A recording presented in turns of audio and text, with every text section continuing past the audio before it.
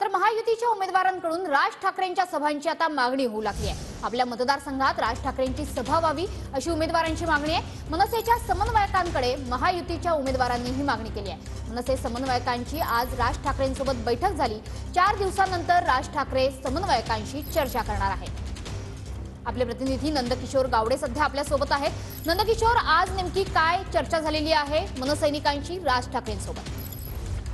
नक्कीच मनसे जर पाहायला गेलं तर 9 तारखेला पाडव्यामध्ये राज ठाकरे आणि बिनशर्त पाठिंबा हा महायुतीला दिलेला आपल्याला पाहायला मिळते। त्यानंतर राज ठाकरे आणि मनसेकडून समन्वयक जे आहेत त्यांची नेमणूक करण्यात आलेली होती आणि समन्वयकांची दुसरी बैठक आहे। गेल्या आठवड्याभरात जर आपण पाहायला गेलं तर समन्वयकांनी ग्राउंड लेवलला उतरून महायुतीचा प्रचार केलेला होता आणि याचा संपूर्ण जो आढावा आहे तो राज ठाकरेंनी आज घेतलेला आपल्याला पाहायला मिळते। प्रामुख्यानं राज ठाकरे यांच्या पश्चिम महाराष्ट्र किंवा नाशिक या ठिकाणी ज्या सभा होणार की नाही हे संपूर्ण जे चित्र आहे म्हणजे त्याचा चर्चा आहे, त्या सभा घ्याव्यात की नाही या संदर्भात समन्वयकांची ग्राउंडवरती जाऊन नेमकी जी ग्राउंड रियालिटी नक्कीच, त्यामुळे आपण बघतोय की महायुतीच्या उमेदवारांकडून राज ठाकरेंच्या सभांची मागणी होते आणि त्याच पार्श्वभूमीवर बैठकांचं सत्रही सुरू आहे।